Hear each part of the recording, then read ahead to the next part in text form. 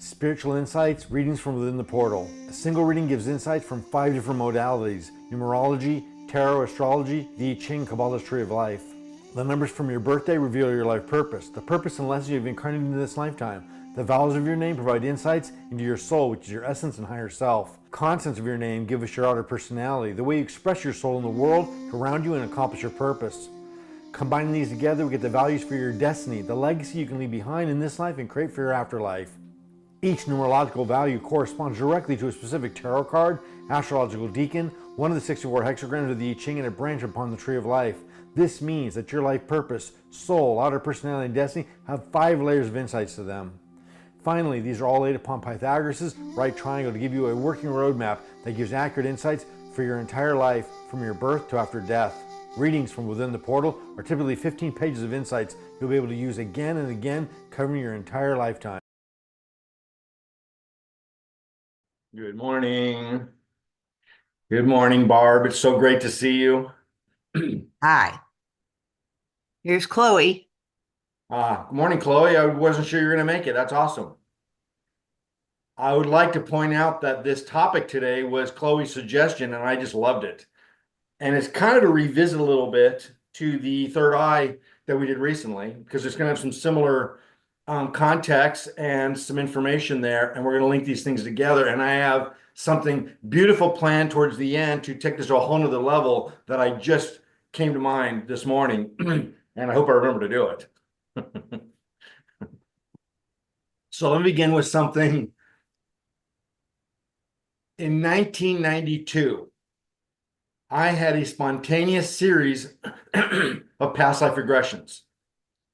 I was involved with a tantric lover, tantric priestess who was my lover. We just gotten together. We met each other. It's a very beautiful, wonderful, amazing story how we met. It's in my first memoir, Stone's Throw. It's kind of the pinnacle of the momentum there. And anyway, so as we got involved with each other, almost like Shaktipat, she kind of activated these supernatural phenomena with me. And I was having this ongoing spontaneous past life regressions, a series of them cinematically. And it was challenging because I saw some horrific things: lovers that I'd lost, pain that I'd caused, things I'd survived, very traumatic things, evils that I had done in past lives. And it was hard to witness. So I've experienced past life regression on my own will with methods and practices throughout my life since then. And I assist many other people to do the same. I help a lot of people with their past life regression. It's pretty adventurous experience. And I have since realized that, past life is very important, I guess, if we can learn something from it. But what we really want to know is, what's our next life going to be? So I've been able to offer some readings and insights through the portal readings that I do that give you some insights into who you can become in your next life or after death. Maybe you're not going to have a next life. Maybe you're going to transcend and go to some, beautiful spiritual nirvana. But that's an option. So I was thinking about that, and I was thinking, you know what I want to come back as. So if I have to come back in a human lifetime, here's what I'd like to come back as. Those happy, smiling people in the prescription medication commercials? I want to be one of them. Because look, their lives are seriously, they have some kind of disease, and yet they're happy, they're smiling, they're active, they're kayaking, they're going to rock concerts, they got friends and family, they have beautiful lives. There's nothing wrong with them at all. They're happy, they're healthy, they're active. So I want to come back as one of them. That's going to be the Matrix. What? If I have to come back to a human life, that's what I want to do. I want to be in the Matrix, in the eternal bubble of living within a prescription medication commercial. Now we're going to talk about yantras. Yantra, mantra, tantra. Tra, the suffix, means crossing over, to go beyond. The first syllable, whether it's tan or yan or man, has to do with the method. yantras are visual aids and instruments. So it really actually means instrument for crossing over in yantra. Mantra is more verbal, of course, and the first syllable man actually comes from manas, which is the material phenomena, and tantra is an instrument for is a weaving instrument for weaving your consciousness and yourself and your spirit with a supernal ultimate consciousness. So these are devices, tools that we can use to meditate with. Now, again, we go back to 1992. I had my Kundalini event with the same tantric priestess. This was all happening at once. Passive regression thing began, and then all this other kind of stuff was going on. And then I had this massive Kundalini event, which is earth shattering, and it was absolutely mind blowing and going on about this. And so since then, what I did for several years after that was to sustain my Kundalini awakening and to enhance it and use this as a tool to transcend human existence and consciousness, material consciousness. I was doing a lot of tantric practices, meditation techniques, etc. And so, for example, I did the classic sit in a dark room and start a candle flame for maybe an hour, meditate on a candle flame, which I tell you is not easy. To keep your concentration for more than 30 seconds, let alone an hour. I'm not saying I was completely Zen focused. My mind would go all over the place like anybody, but generally, with practice, I would have these transcendental crossing over experiences with these meditations.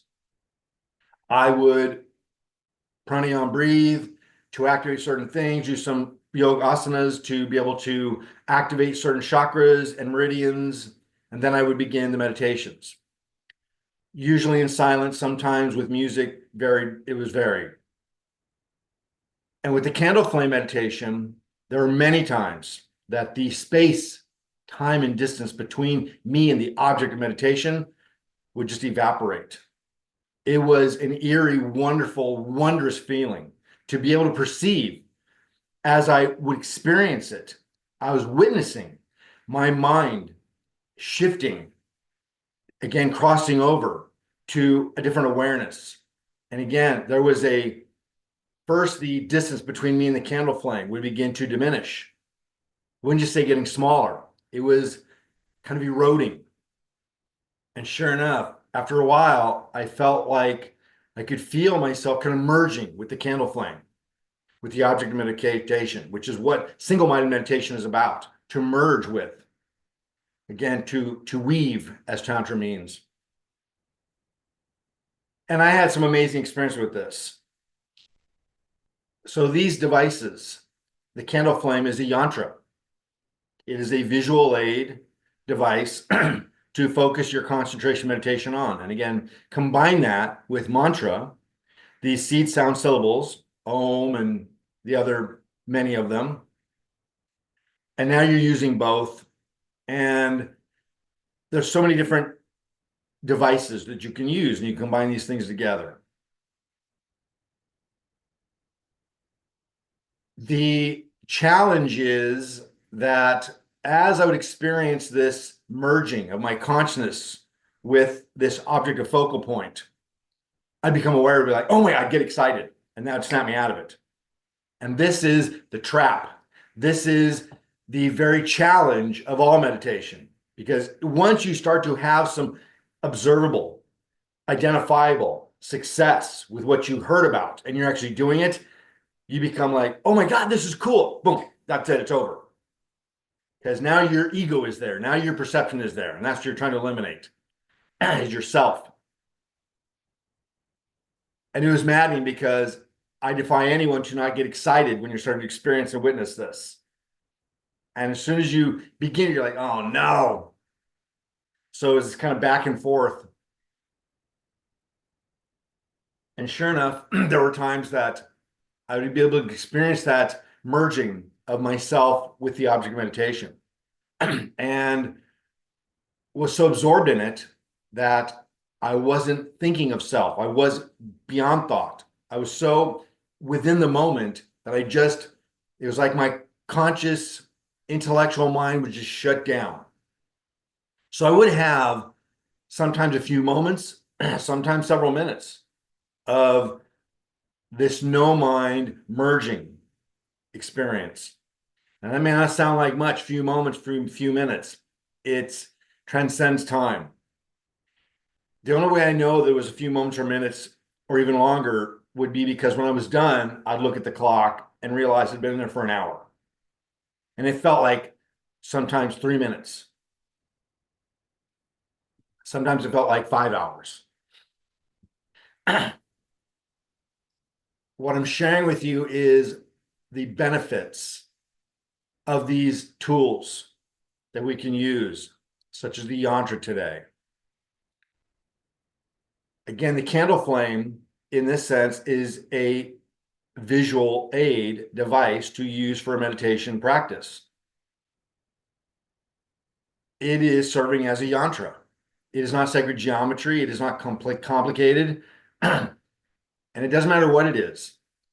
A spot on the wall, a light switch, no matter what. The entire point is to bring your focus and concentration to this one singular thing and keep it there. So wherever your mind goes, you bring it back. You realize and recognize and acknowledge, oh, my mind's wandered again, and you bring it back. And you keep doing this, and it keeps going out, and then you bring it back. It keeps happening again, again, and again. This is, again, part of the challenge that right away we think, well, this is impossible. Like, I can't do this. Nobody can do this. As with all things, practice makes perfect. I don't know about perfect, but practice is the only way to succeed. In many ways, repeating an action makes it complacent. It kind of bores you in a way. You do it so much, kind of like, yeah, whatever, right? That's a good thing in some ways. Because as long as you continue your focus, again, you're shutting down your thinking process. Because again, it's like tying your shoes. Like, we don't think about tying our shoes. We just do it. It's an automatic action. We've trained ourselves to, we're conditioned to do it. So we don't have to think. We can think of other things while we're tying our shoes now. When I was 3, I couldn't. I took me a long time to tie my shoes. I was like 5 or 6. I was embarrassed, really embarrassed. So again, many things that we do, making a sandwich, tying our shoes, whatever it may be.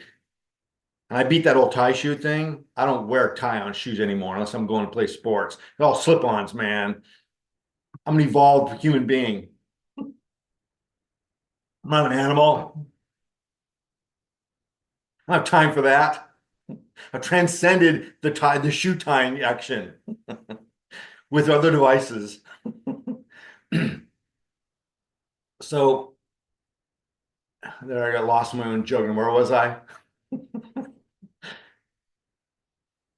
I thought my only comedy routine was going to be the reincarnation as a prescription medication commercial person. So that was my stand up for today. That again, the challenge to remain focused. People always think they're not doing this right. I can't do what I'm reading about. Keep my focus on this one thing for very long. And again, repetition and association. When you repeat it again and again and again, part of it, the success for me was it became so routine that I really wasn't distracted or bothered by many things that used to bother me. It wasn't so routine. I was like, I got to go meditate again. I mean, there's moments like that, as if any kind of routine, but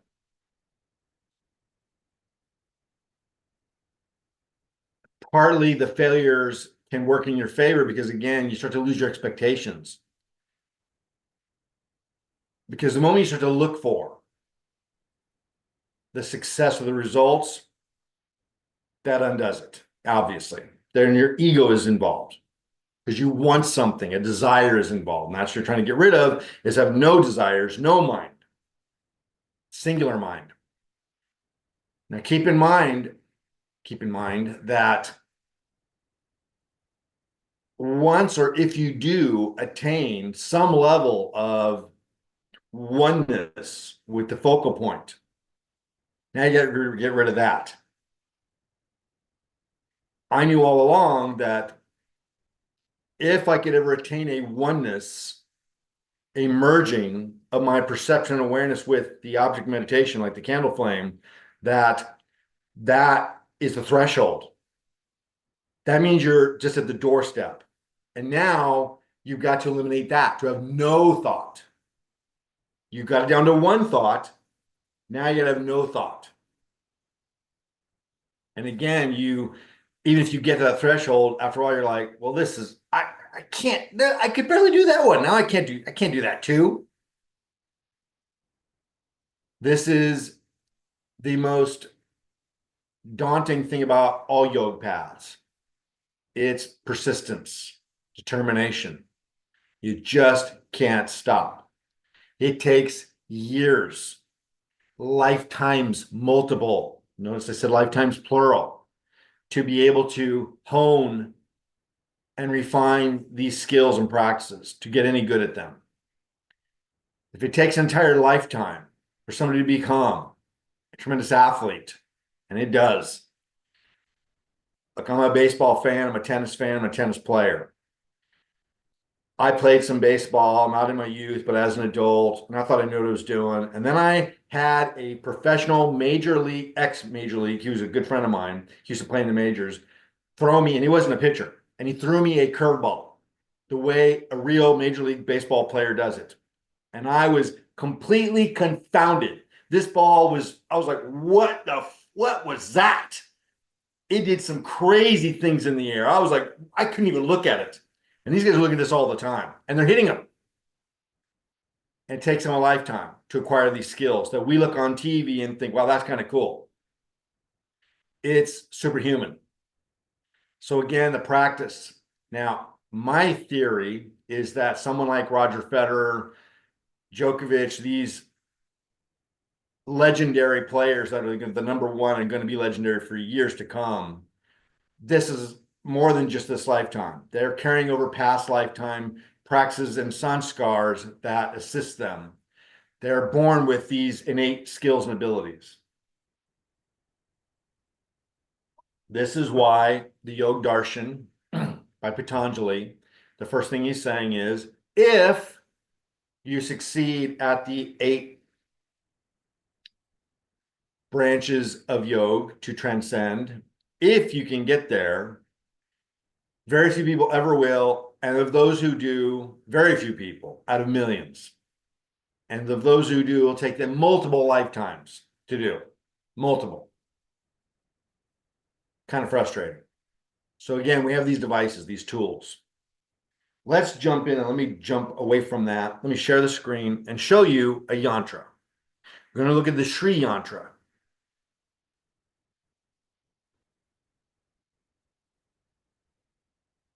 And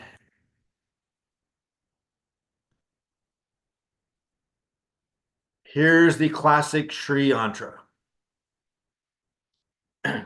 Now, I chose this one of all the images that I got off of Google a minute ago because this is the classic, the colors.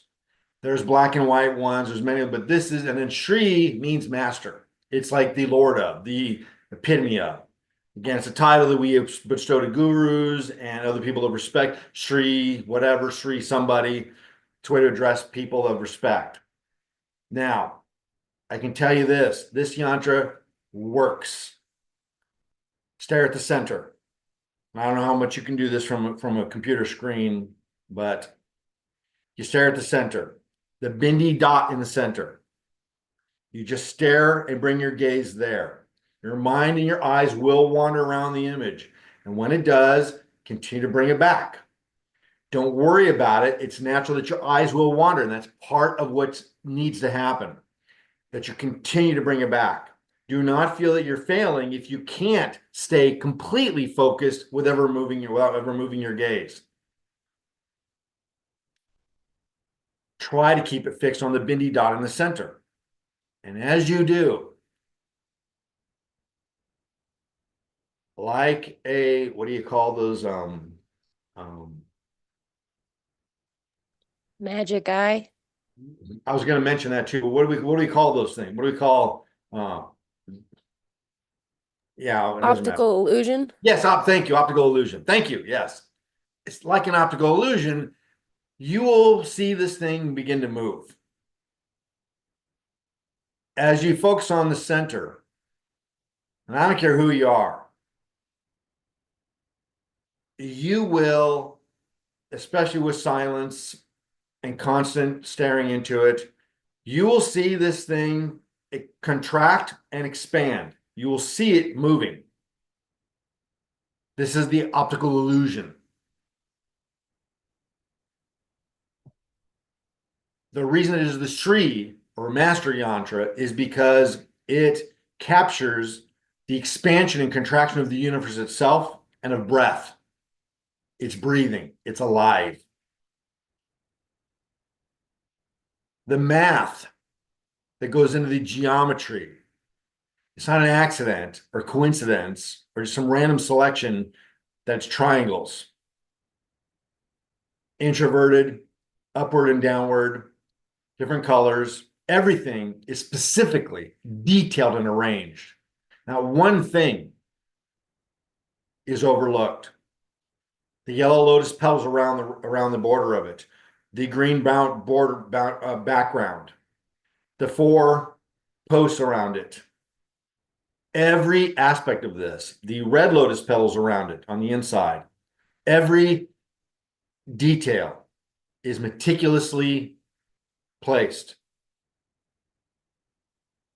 You can't Google and find out who made this because it is primordial. It's an archetype. It exists beyond space and time. It's eternal, as all archetypes are. Archetypes are concepts, images, etc., that exist in their own space. They're always there. We can access them. I'm getting lost in the Sri Yantra. I got to look away. So let me have a little fun with the magic eye thing.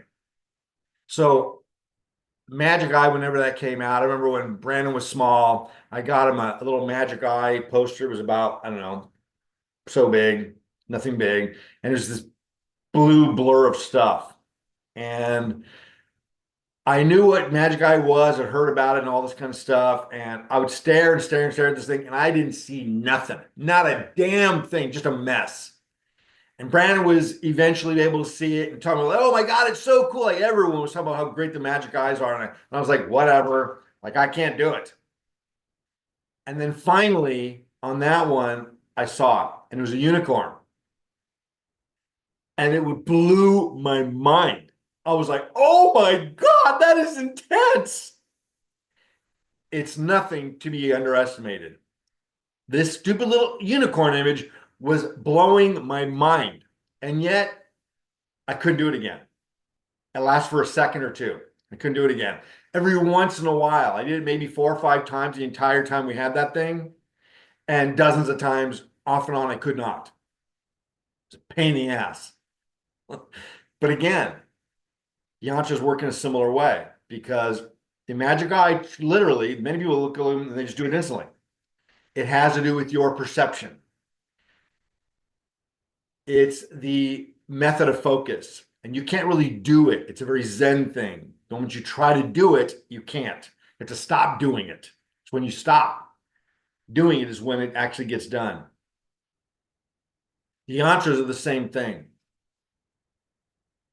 Now, again, I want to remind you that indeed, the numbers of the yellow petals of lotus petals around the border and the red ones in the inside ring, the triangles, their colors, their arrangement. Again, every detail is a sacred geometry, mathematically perfect.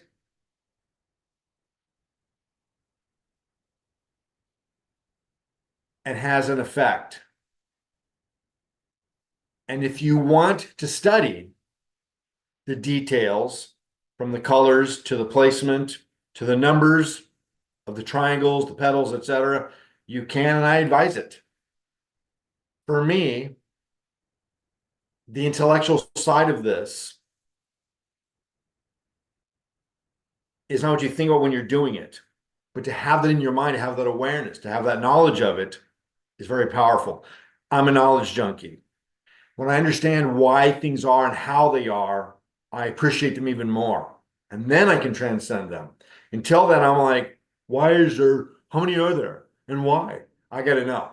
So once I get that satisfied, then I can do a deeper meditation and transcend the intellectual part because I'm satisfied with it. That's me. Some people don't need to. Again, the Magi people, they just look at it and they go and they do it. And I'm like trying to analyze it. And that's why I couldn't do it. You've got to develop your own kind of style with these devices and tools. This is a repeated lesson that I give when discussing and instructing on meditation styles and methods and practices. That indeed you should study and learn the tried and true ancient primordial methods. And then you need to adapt them to who you are.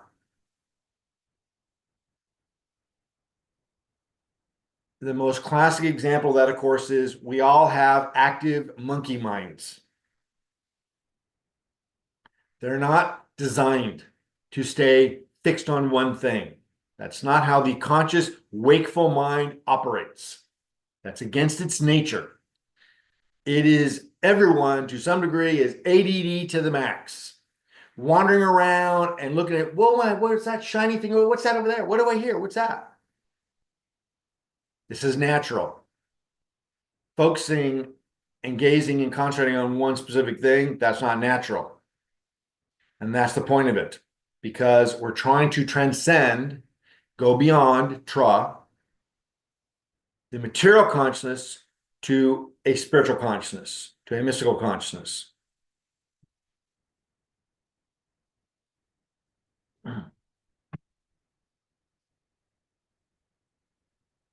Again, for me and for many others, as I'm instructing them, I might advise them to go ahead and learn the knowledge behind it. Why these triangles? Why so many? Why this number? What they mean? What they represent? For other people that are students of mine, I might advise them not to. Don't bother with that. Depends on their you could say mode of thought. There's no right or wrong way. Learn the ancient, original, genuine teachings, and then adapt yourself to them, adapt them to you. That takes time. Here's the cool thing. As you develop your own, you could say, style. Oh, I hit the screen. As you develop your methods and styles, that in itself is a meditation. You're dedicating your mind and your thoughts and focusing on the instrument, the device, the tool, the yantra, the mantra, the etc., while applying your mind, your mental faculties to understand its mysteries. And that in itself is a meditation. And that's, again, as a knowledge junkie, that's kind of where I get lost. I can sometimes have transcendental meditation experiences simply by, again, as I get into the science, the knowledge, the practicality of it, I get blown away. I'm so impressed, inspired, so in awe of what I'm learning and witnessing, how perfect these things can be and what they mean and how they work. As a matter of fact, many of my transcendental types of meditations have been just on that. I get lost in the knowledge of it. Again, it depends on who you are. Some people should not do that. Some people need to do that.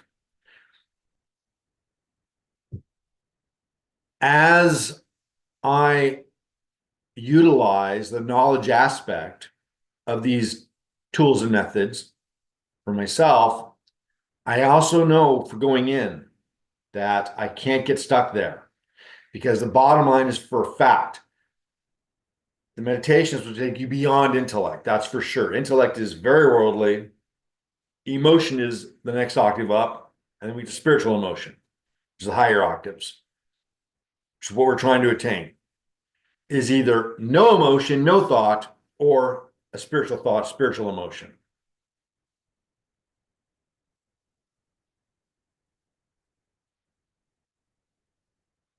Either way, well, let me back up a little bit. The mechanics of yantras, and stick with yantras, and it applies always, like mantras, etc., all the devices, and the philosophy is going to apply to all of them. Apply to any which one you want.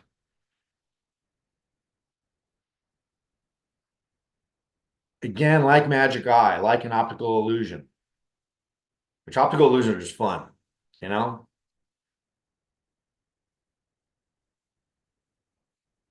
It's just that. It's fun. When we interact with these things, it's intriguing. And what happens is, what optical illusions do is they take your model of the world and how you know it and perceive it. Your personal model of the world is the way the world is. And they break that down.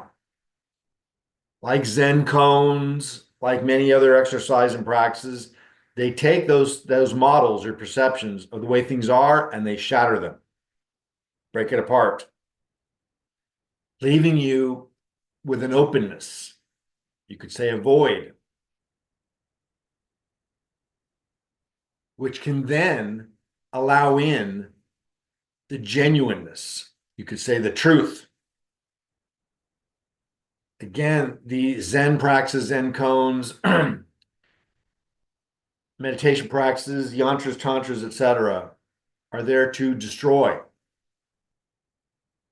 your model of things so that you are a clean slate. It's your ego, your self-perceptions, and preconditioned perceptions are not applicable anymore. And again, as you look at a optical illusion, like an Escher drawing, you're like, I can't make sense of that. Like that defies my logic. That's what makes it fun, right? Kind of like the Halloween thing. Like I always wanted to be scared. I love being scared. And the thing is, as a kid, even to this day, I can't get scared because I love it. I'm looking for going to the haunted house. I've been to haunted house all around the country and the world even. I can't get scared.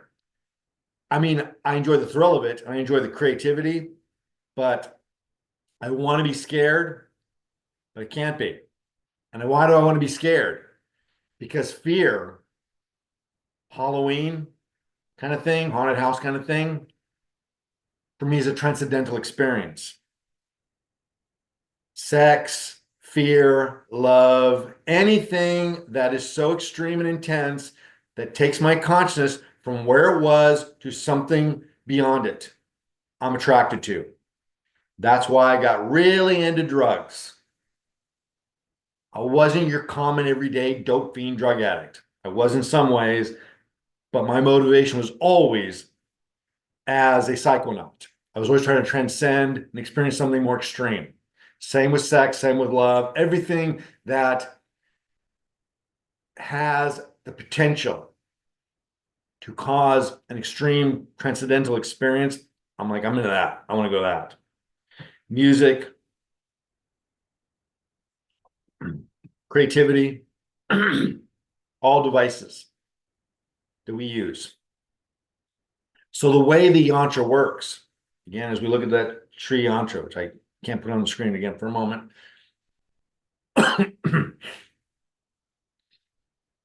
is it plays on your mind.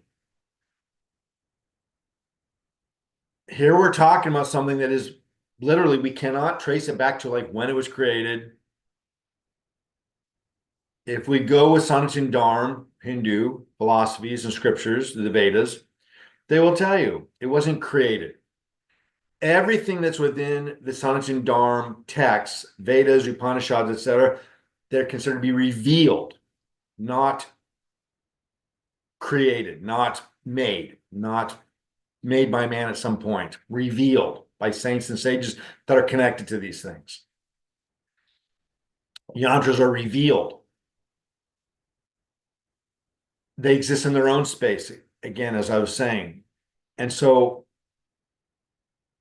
again, your senses see and experience the world in a set, determined way.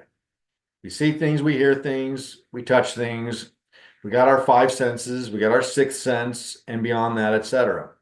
And what these devices do, mantras and yantras, is they activate simply by interacting with them, simply by associating with them. They activate these other centers of the brain and of the mind automatically, whether you want them to or not. Again, like an optical illusion, it's not subjective to your perception so much. Kind of like comedy. You don't choose to laugh at something that's funny, you just do. And some things you don't. Beautiful thing about comedy and art is that you just react to it. It's so primal. The yantras have that effect.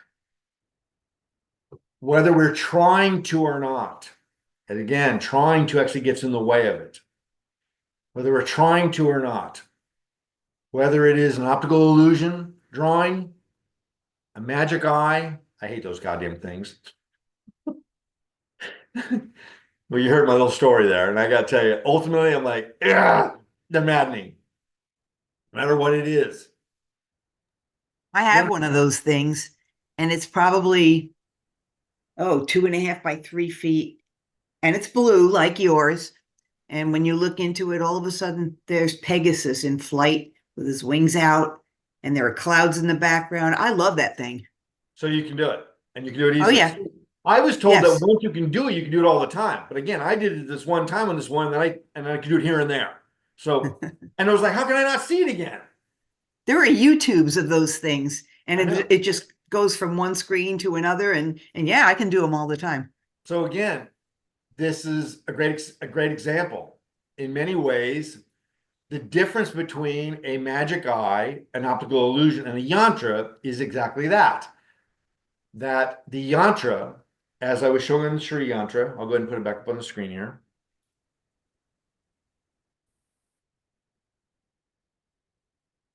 Is that the Sri yantra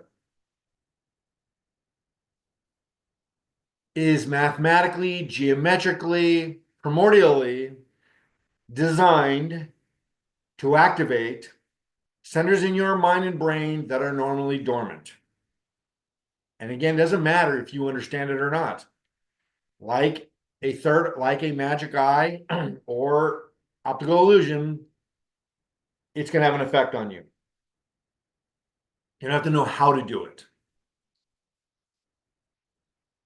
And again, the difference, as I was getting to, is that as you can see here,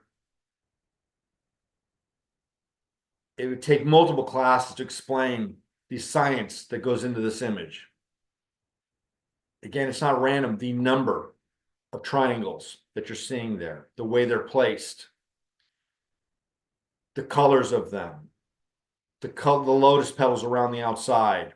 Indeed, the lotus petals, as we go outward on the yantra, certainly it becomes less primal and a little bit more intellectual. Because the lotus petals, for example, have true representation, what they represent. They're very specific. And again, the difference between our entertainment devices and yantras is that they are engineered to automatically activate. In other words, think of it this way. There are parts of your mind that are already here, that are already understand this, that already think in this way, that see things this way. They can see beyond the matrix. And they see things with sacred geometry. They see the true reality, but they're dormant and overshadowed and eclipsed by your conscious thinking, your human material mind. Again, what this does is it makes them surface and come up to the top so that you can begin to interact with them. They're always there. And what yoga practices do, and yoga methods and tantric methods do, is they extract and allow them to surface so that we can witness and experience them and interact with them. A little caution here. Again, as I have to keep taking this off the screen because I am pretty well practiced, I don't know. This thing has a huge effect on me. I cannot even have it around without getting lost into it. And I've got one in my hallway. I've had them around my house.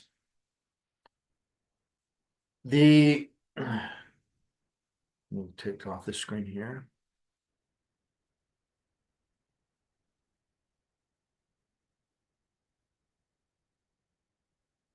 Again, the effect, the way they work, mantras and yantras, and any device within the tantric systems activate regions, elements, and features of your mind that are normally dormant. They're just waiting to be woke up. Now, while it's on my mind, let me pivot this and see if we can show you that. Yep, came in, right? So you can see that poster on my wall is the 7 chakras. Those are yantras.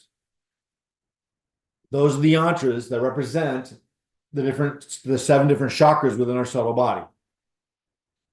This one is that size because you can stand in front of it and can align your chakras with the images, the yantras that are on the poster. Now, those 2 are specific in their color,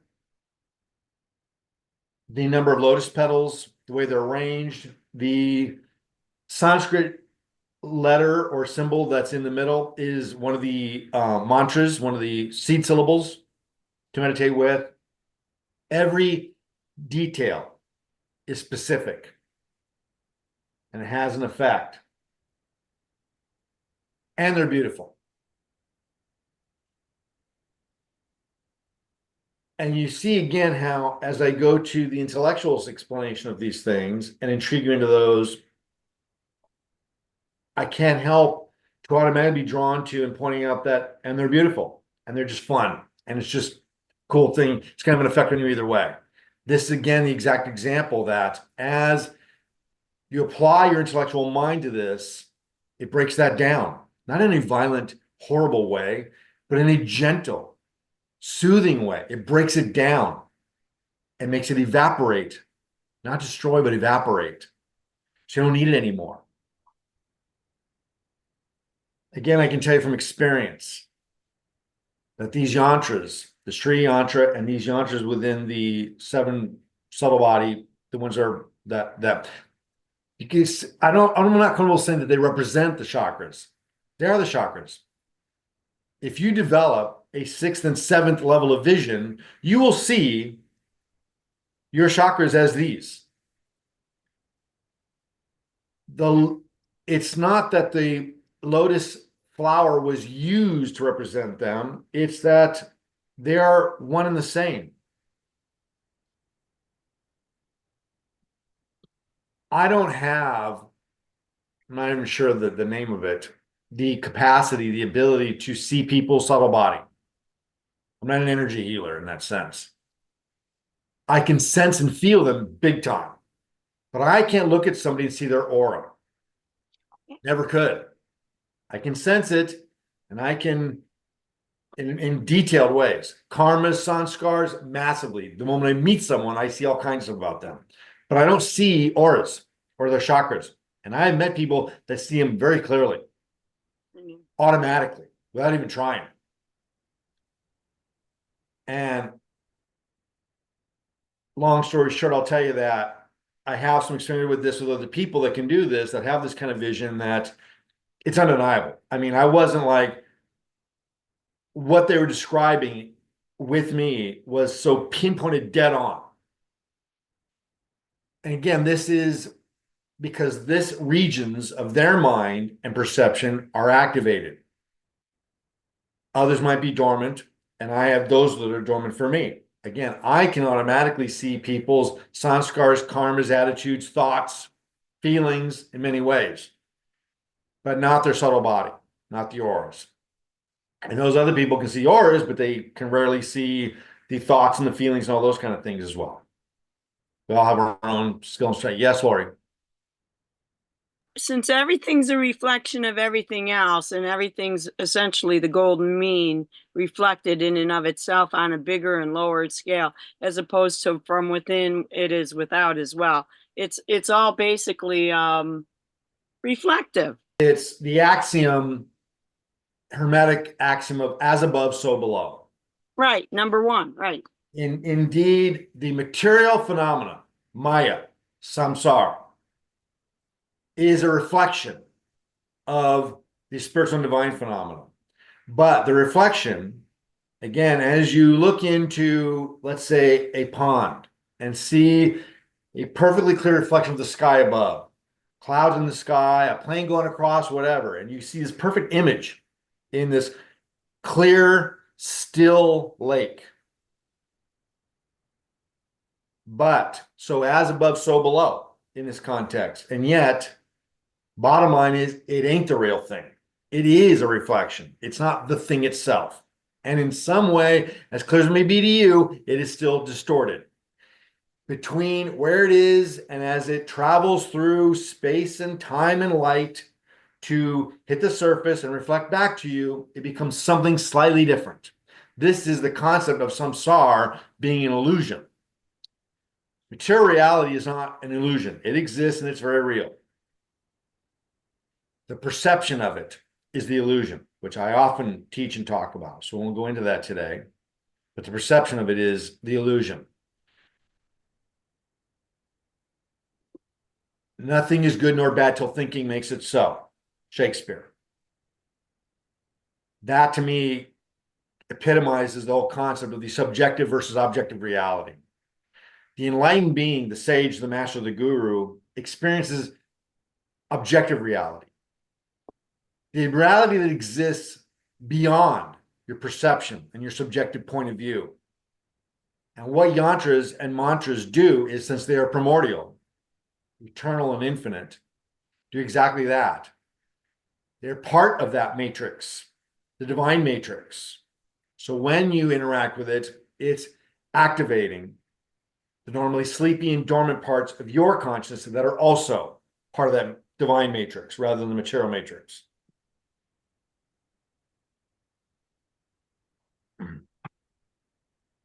As I was saying, that it doesn't really matter if you have a lot of yoga training or skill or experience.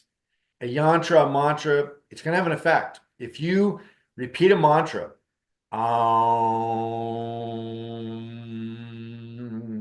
properly with the right breath, it will have an effect on you. Because your being is tuned in to these things. And again, as the above, so below.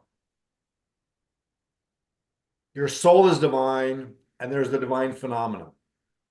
Everything else about you is material.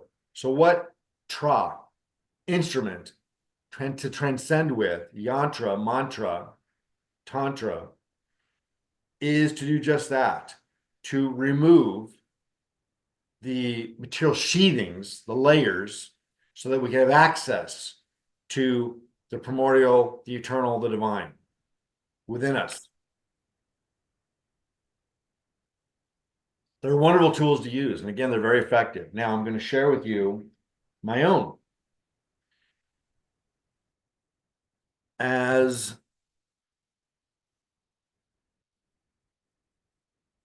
I got to go to a different screen here.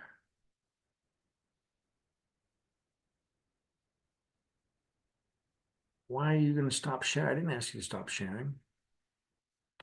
Okay, hold on. Hold on. Let me get where I'm going here.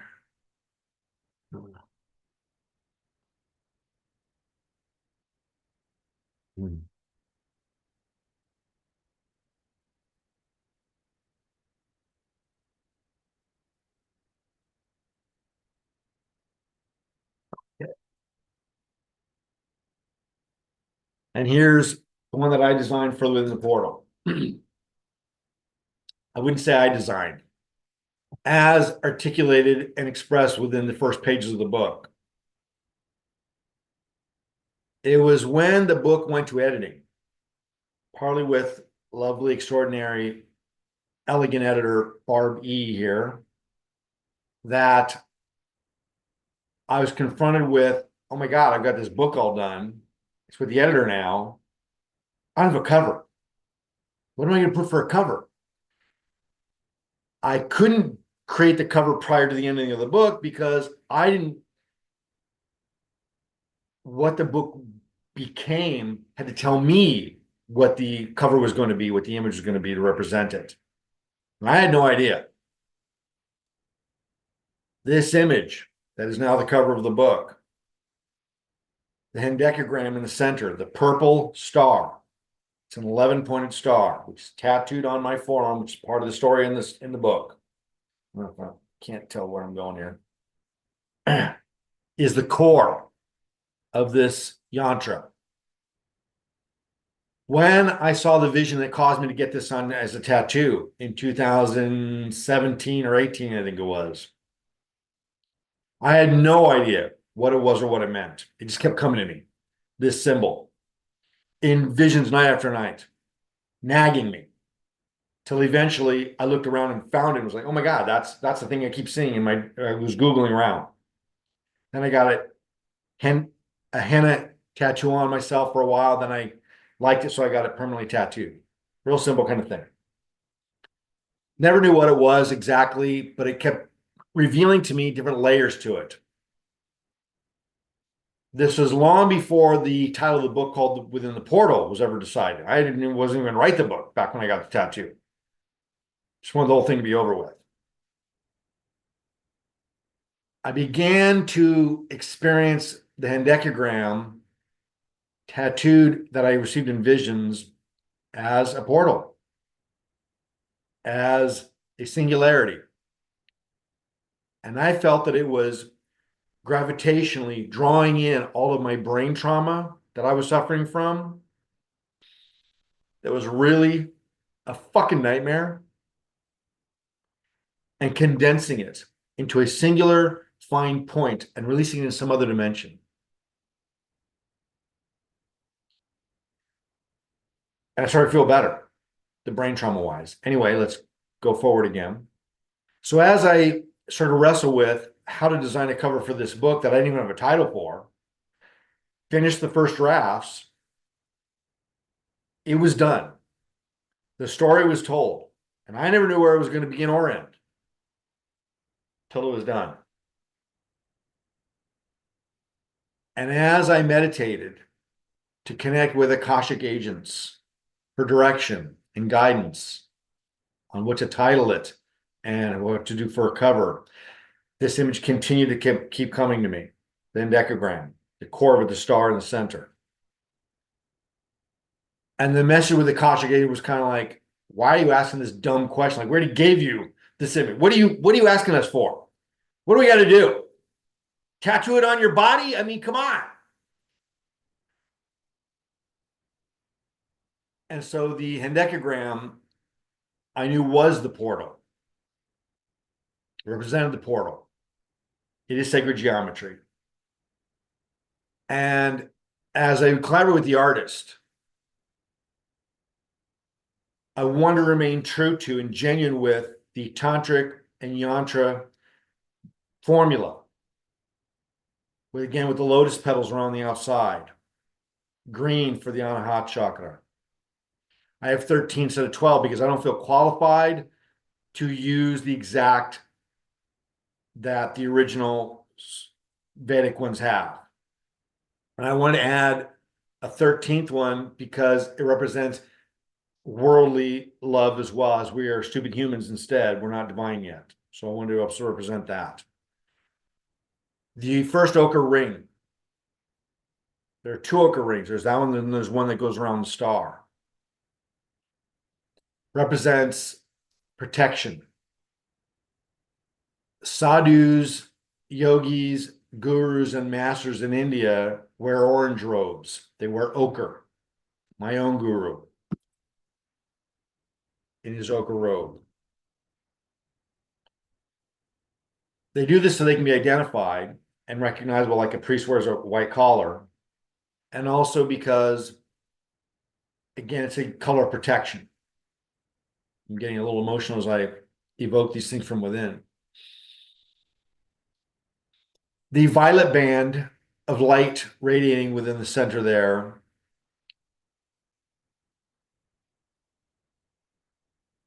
is for higher consciousness, the Sahasrara chakra. That's what that was chosen for. Another band of the orange ochre for protection. White light coming around and from within the star itself. And then again, the violet or purple hendecagram itself, again, that color for me is all about higher conscious, about transcending. And if you look closely, of course, at the center circle of the hendecagram, I don't know if you can see my pointer for it here. Can you guys see this? Good. So there is an Ouroboros, which I knew from the beginning I wanted to have it in there. I didn't know where or how. And when I found out where, I was kind of like, well, duh. That's kind of obvious. The Ouroboros, of course, is the serpent eating its own tail, representing infinity and reincarnation. The lemniscate is more reincarnation. The circle and the Ouroboros is more about just infinity and eternal truths. And then, of course, in the core, we have another light radiating from it. This was a challenge between me and the artist because I wanted white light, but you couldn't see it if we had white light. So again, we kind of settled on this as a yellow light coming out from it because it just represents the same thing. And of course, at the center is the bindi dot in the center. All yantras will have the bindi dot in the center, the focal point. We collaborated and discussed the image of the face. I honestly don't remember specifically how this whole thing evolved. It's just what I kept seeing what I wanted. I wanted it represented the opportunity for transcendence and spiritual growth. Because again, the book is in the subtitle, A Guide for Spiritual Development, to activate and cause this. And I don't have it in the image here, but she created two, one with the eyes closed, one with them open. And we both ended up, we're really debating for quite a while. Closed shows that he's in samadhi and he's in peace and in a meditative state. But again, I chose to have them open to show that, to have illumination, to have your eyes wide open, to access eternal truths. So again, if you focus on the center and the bindi, this yantra that, again, I don't feel I designed it all. It's brought to me through a series of visions. I would just follow what I was given. Has the same visual effect as the other yantras. It begins to rotate, expand, and contract as you focus on the center. And there I am, I'm doing it, I'm starting to get lost in it.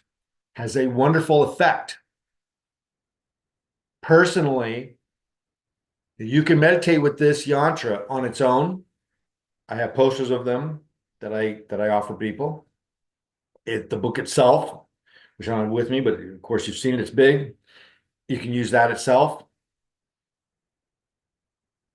Whether you want to use it with just the yantra logo itself or with the head. Don't know exactly why, but I like using it with a meditation device with the eyes, the head that's there. Some people see the head as Shiva. Some people see the head as any yogi. Some people see it as Krishna with his sapphire complexion. And I say it's all the things you want it to be. It's you. It's me. It's all of us. It's anyone. So whether you use this yantra specifically on its own, which I have available on the website in animated versions, or along with the image of the head that's with it, it can have the same effect. Matter of fact, let me go ahead and show you, which we did in the third eye meditation.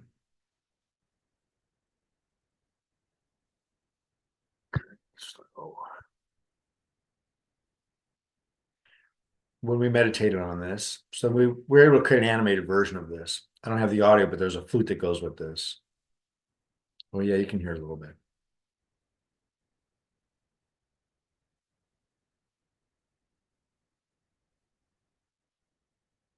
Isn't that beautiful? I mean, I am so blown away that this was even achieved. Now, for this particular video as a meditation device, it remains like this in still image for quite a while. This is about a 10, 11-minute video, and then it'll begin to rotate and expand and contract again. Again, what happens here, it has an effect. The parts of your mind that respond to. Again, I didn't just choose any lotus color, any lotus petals or color. I chose green to activate and build symmetry with your heart chakra. The purple to build symmetry and connection, a bridge between yourself and your third eye chakra and your sahasrara chakra. All these things, elements that combine together, that again, whether you understand them intellectually or not, will have an effect. This is how these devices are used. Excuse me. Isn't that like digitalized shamanism? You're planting the seed of the story in order to take effect when something is triggered within that person to awaken. I mean, when the student is ready, the teacher appears. The situation that we want to put ourselves in is great vulnerability. And so rather than I would advise, rather than dredging up Mayic phenomena, past life, whatever, to resolve, we're talking about going beyond that. Again, the tantric and yantric instruments, I'm saying that these devices and tools are used to transcend beyond those. So it doesn't apply for this particular type of meditation. So indeed, a healing meditation to resolve. And something as long as you're willing, honest, and open-minded. And something you mentioned that jumped out at me was that that I don't remember how you put it, but that indeed the cover of this book, this cover image, in many ways, the entire concept of the book is within that image. Right. 500 some pages of text, the story, the theme, the message, the context, in many ways, it's all right there in just that image. And in that sense, yantras, mantras, and other tantric devices do exactly that. Sacred geometry does this. Mandalas do this. That what they're doing is they're taking entire concepts that would take volumes of books, multiple books, to be able to communicate to you. Again, a picture speaks 1,000 words. That's the core concept behind the yantra and its use, is that since a picture speaks 1,000 words, the yantra speaks 1,000,000,000 words. And again, it speaks in words that we can't access, eternal truths that are beyond our capacity with intellect and material mind consciousness. So they do indeed invoke that. And that's, in many ways, exactly that. I mean, it's kind of like I've mentioned in some interviews, some other things with my Project Addiction book. The solution for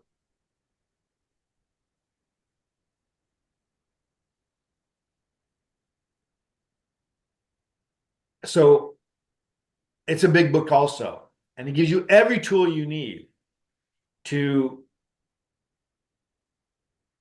deal with addiction. Every tool you need. Not just one method, but it gives you access to all of them so you can choose and kind of put one together for yourself. And once asked,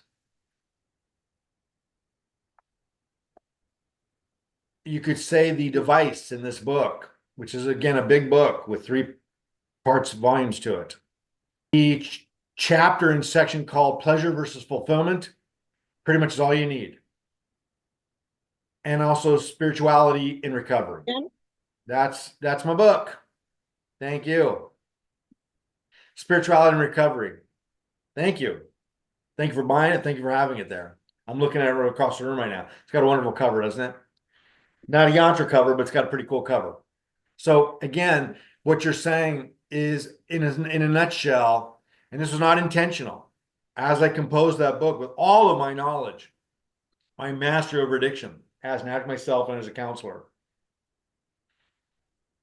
If somebody came to me and said, I don't have time or access, I'm going to die tomorrow, what can I do to get all this whole thing? Say, you need 2 chapters, pleasure versus fulfillment and spirituality and recovery.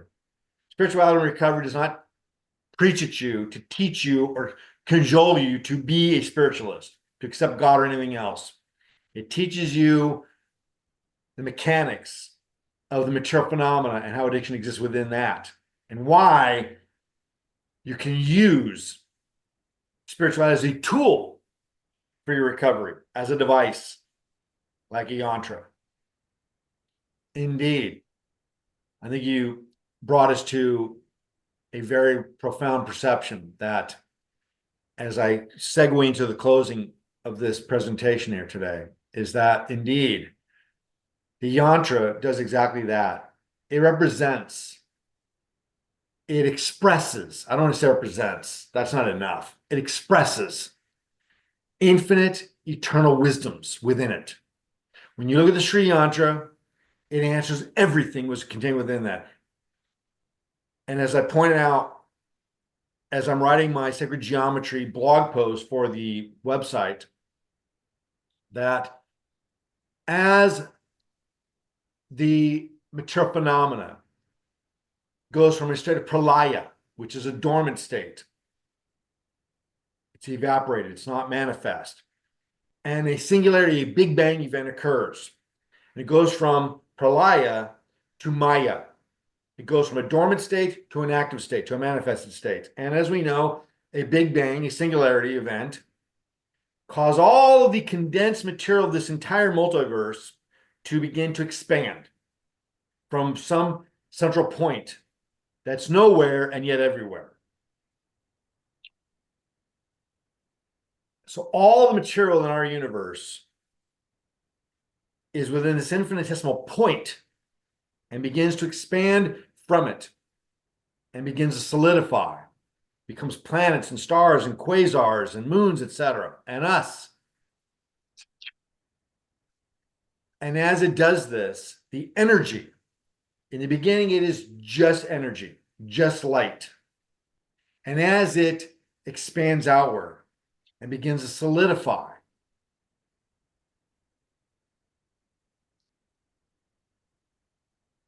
for lack of a better term, the mathematics, the quanta begins to connect, form, take shape.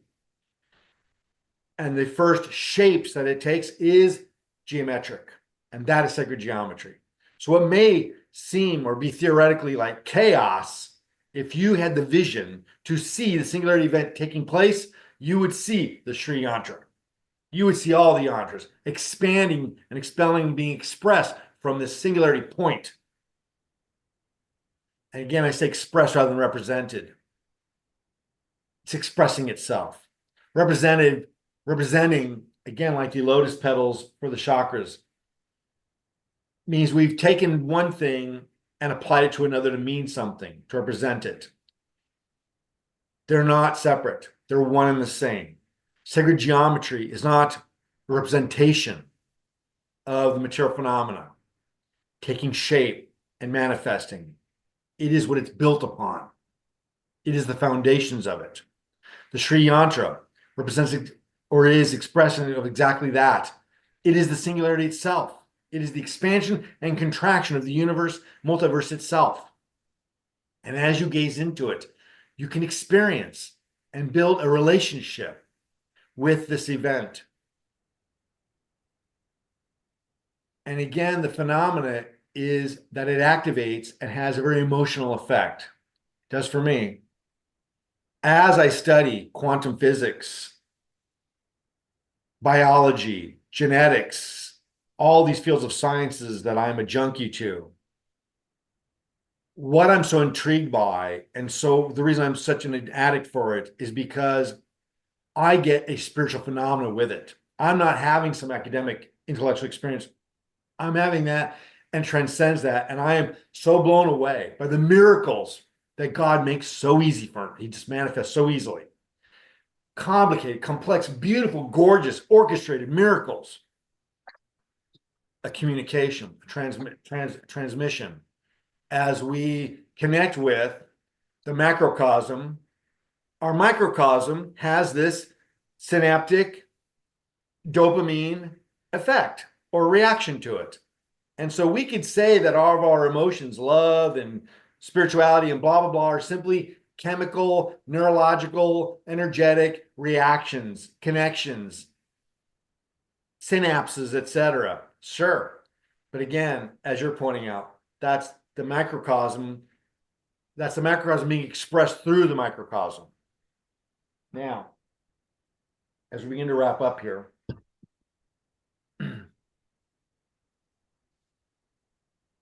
again, yes, that's pretty much the point, is to be able to access the, hi, puppy dog. He's cute. See, that's a meditation device. Oh, no, look at, look at, when you look at this dog's face, it automatically activates certain feelings, emotions, perceptions. You see innocence. That's all about animals. See, I have no innocence of my own, never have. And so when I'm around children or pets, what I experience is innocence that I don't have access to. My innocence, I don't remember even having it. So when I see it, I like to hang around it.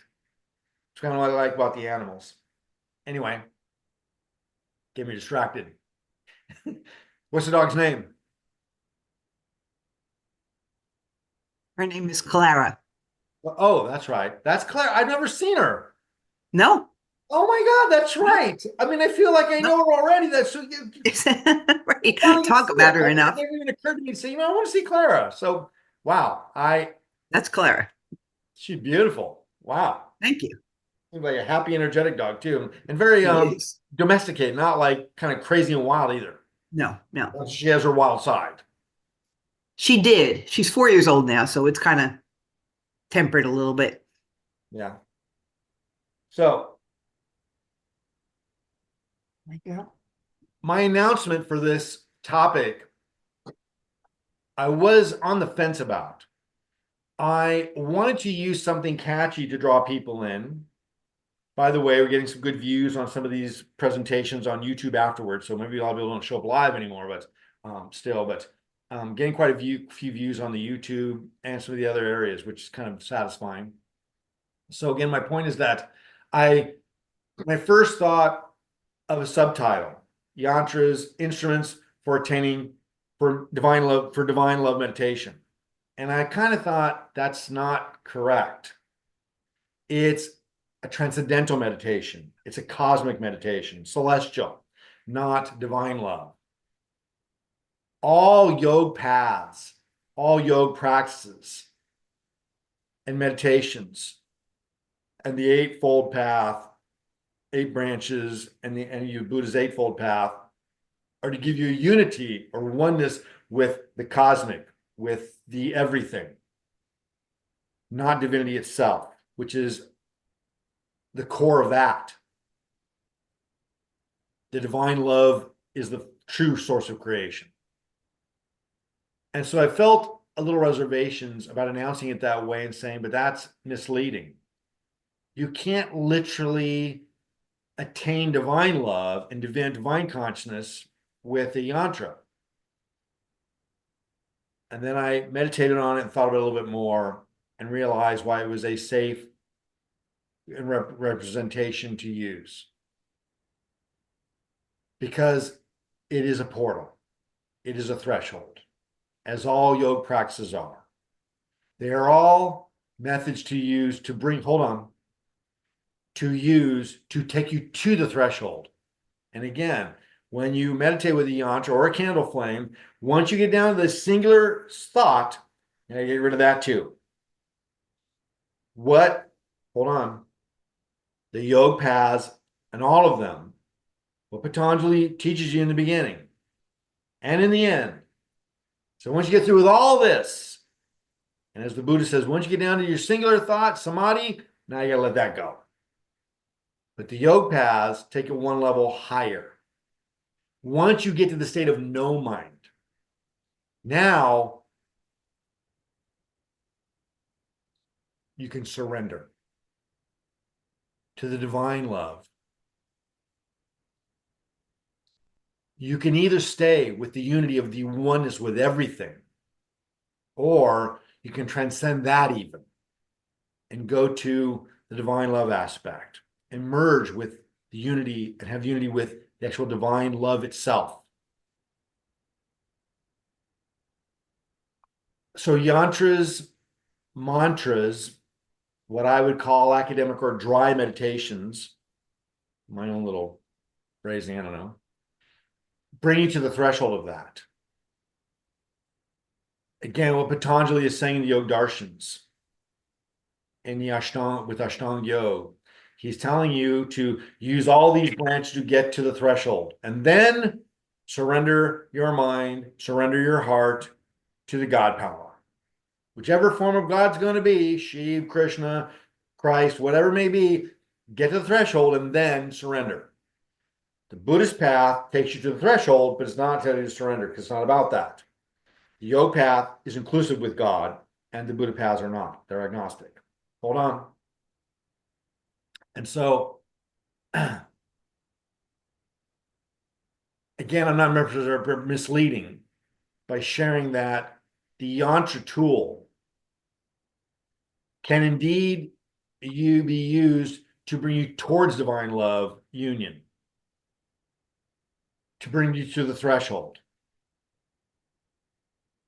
And again, we're using a device to focus our mind away from material concepts to spiritual and divine concepts. And as we do this and use these devices, there's another one that we can use. There's another couple there's many of them. Again, as we use mantra, which is the syllables, the vocal aspect, I use kirtan. Ra in Sanskrit is the syllable that really just means divine love. Radha is the personification of divine love. Radha Krishna, personification of divine love. There's Krishna right there. That also is a yantra device. I can gaze at his image and just meditate on what he represents and expresses to me, which is divine love. Forgiving, ultimate, divine love. My guru does the same. That image for me is a yantra device that I can use to transcend my material thoughts and consciousness to attain and connect with and feel something that is well beyond all of that. The kirtan that I listen to, wow, having images around me of divinity, my guru, of Krishna, of Radha, of yantras, sacred geometry, any of these things, all combining together to give me a singular effect, to be able to, again, evaporate, diminish the material concepts and attachments to exclusively bring my consciousness into the divine concepts. It's all about exclusivity. We want to try. What I'm suggesting is the shortcut. I need to go the long route. I'm a very academic, intellectual person. I've been since I was a child. So I don't get to just jump into the emotional part. I got to go through the intellectual, academic part, which again, in my way, for me personally, it helps because it enhances my emotional part when I get there. But I can't get to the emotional connection with love until I get to the knowledge part. I can't just jump there. Many people can. Again, innocence. I don't have any. Innocence, things and people that are innocent, they can do that. I don't have any. So I've got to go through the intellectual process. But again, I've seen the benefit for me personally is that when I get to the devotional aspect of my feelings, which you can see, I seem to access layers and depths of it that very few people do. And this is indeed because I am simultaneously experiencing the layers of the meanings, the knowledge, the philosophy enveloped within, intertwined with the raw and pure devotional emotion. When I look at him, I will sometimes just break down and cry. He represents divine love. He also, for me, is divine love. He's a personification of it. So is Krishna. And so I'm not having an intellectual gyan knowledge experience any longer. I'm having quite an emotional one. Again, for me, I go the long route, the long way home. I take the long route. I go there through the intellectual and the gyan and the knowledge, which is recommended through most of the yoga darshans and most of the yoga practices. The knowledge is a way to enhance, to arrive at. But again, I've also known many devotees and many spiritualists that pretty much have little business with the intellectual part. Ramakrishna Paramahans was illiterate, couldn't read or write. And he was one, he'd already attained unity with the divine.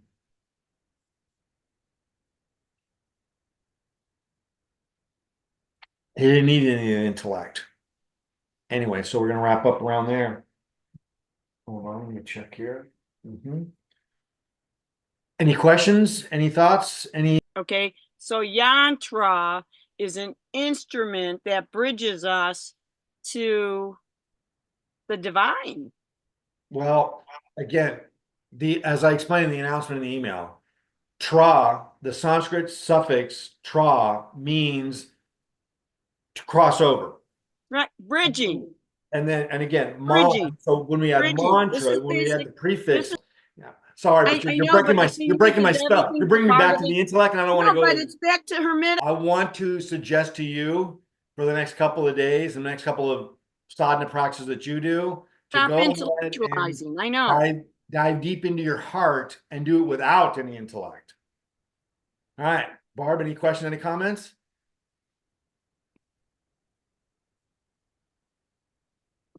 Chloe, any questions, any comments?